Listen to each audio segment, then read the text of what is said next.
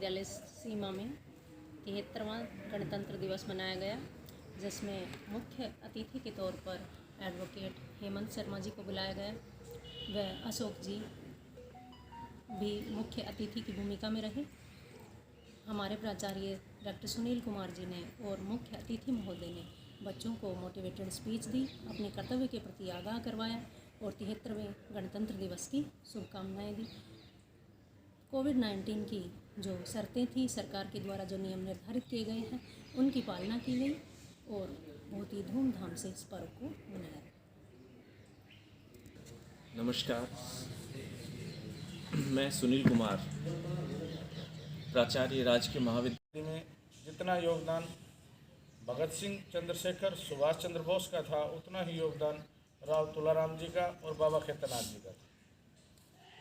क्योंकि हमारे बुजुर्ग बताते हैं कि जब देश की आज़ादी की लड़ाई चल रही थी, उस समय बाबा खेतनाथ ने, जिसको आज हम आज़ाद चौक कहते हैं, वहाँ अंग्रेज़ों का विरोध करते हुए भारतीय तिरंगा लहराया था और अपनी गिरफ्तारी देने का काम किया था, अंग्रेजी शासन का विरोध करने का काम किया था। आज जो वातावरण है, इसको सही रूप से बनाए रखने के लिए आप सभी का विशेष योगदान है। आज जो विद्यार्थी अपने गुरुजनों से प्रेरणा लेकर अपने राष्ट्र के लिए अनेक पदों पर कार्य कर रहे हैं, जैसे फॉर एग्जाम्पल सुनील जी हमारे से बड़े रहे और हमेशा हमें प्रेरणा देते रहे, और उसी का मार्गदर्शन का परिणाम है कि आज हम जिस स्कूल में पढ़ते थे, वहाँ उपस्थित होकर के आपको संबोधित कर रहे हैं। सुनील जी ने अनेक गांव के युवाओं को प्रेरणा दे करके आगे बढ़ाने का काम किया। भाई अशोक जी हैं, चंडीगढ़ काम कर रहे हैं, वहाँ भी गांव का मान सम्मान बढ़ा रहे हैं। मैं इनके पास अनेक बार गया हूँ, तो मुझे खुशी होती है कि मेरे गांव से हैं और वहाँ इन्होंने एक पॉजिटिव वातावरण किया है और जिस कार्यालय में ये काम करते हैं, वहाँ नेतृत्व करने का काम कर रहे हैं।